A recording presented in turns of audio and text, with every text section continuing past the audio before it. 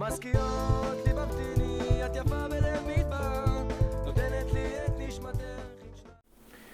Shalom et bracha, mes chéris, ce Shabbat, parashat Haremot. Haremot, c'est une paracha qui raconte que les enfants de Aaron, Nadav et Avihu, n'avaient pas suffisamment de patience ni de modération. Ils ont pénétré dans le sacro-saint, dans le tabernacle, et ils ont apporté si vous voulez, une flamme profane, un feu profane, et là, ils ont trépassé. Nos sages essaient d'analyser quelle a été leur faute, leur erreur fatale. En fait, nos sages disent qu'ils manquaient de patience. Parce que, entre nous, Moshe Rabbeinu était là, Aaron, leur papa, était là, il y avait les 70 vétérans de l'Assemblée d'Israël qui étaient là. Eh bien, prenez conseil, faites les choses modérément. Alors, il faut peser le contre et le pour. C'est quoi ça? Entre le travail de ces jours-là, de ces jours de Homer, qu'on est en train de compter le Homer jusqu'à Shavuot, c'est des jours où on doit faire un travail sur nos vertus, changer un peu nos valeurs pour être un peu plus, s'agir, devenir un peu plus intègre entre l'homme et son prochain.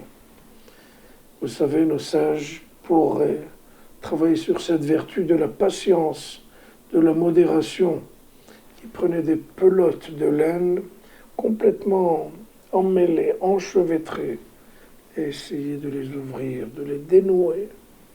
C'est pour justement travailler sur cette vertu tellement précieuse. Nos sages racontent dans le Midrash qu'il y avait un papa qui a dit à son fils, mon chéri, quoi qu'il en soit, quoi qu'il advienne dans la vie, si tu veux faire une chose, décider une décision hâtive, attends une nuit. Et le lendemain, après avoir réfléchi, tu peux faire ce que tu veux. Bon, cet homme-là, il a quitté sa femme pour aller travailler à l'étranger. Et il a travaillé, il s'est attardé. Il a cru qu'il allait travailler 2-3 ans, ça a pris 20 ans. Après 20 ans, il est revenu chez lui au milieu de la nuit. Il rentre, il trouve sa femme avec un homme à côté d'elle, dans le lit. Il a dit, bon, je vais les égorger tous les deux. Il a dit, son père lui a dit, attends, jusqu'au matin, patience et longueur de temps font plus que force ni courage.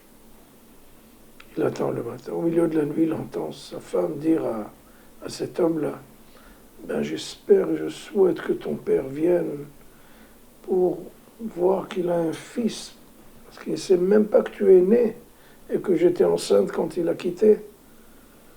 Et on va te marier, on va te trouver une femme. Cet homme-là s'est dit, si j'avais agi d'une façon hâtive, impétueuse, ben j'aurais tué ma femme et mon fils unique. Ben, c'est ce que disent nos sages, la patience, la modération. Malheureusement, nous, toute la journée, on est en train de... C'est l'ébullition. On est comme un volcan, on est tout le temps en train de cracher. Ben justement, il faut travailler sur cette vertu qui s'appelle la patience. Et il n'y a pas mieux que ces jours-ci, là, les Méa Homer, les jours du compte, on compte le Homer. Il faut justement s'agir et se munir de cette valeur extraordinaire qui s'appelle la patience. Shabbat Shalom, mais voilà.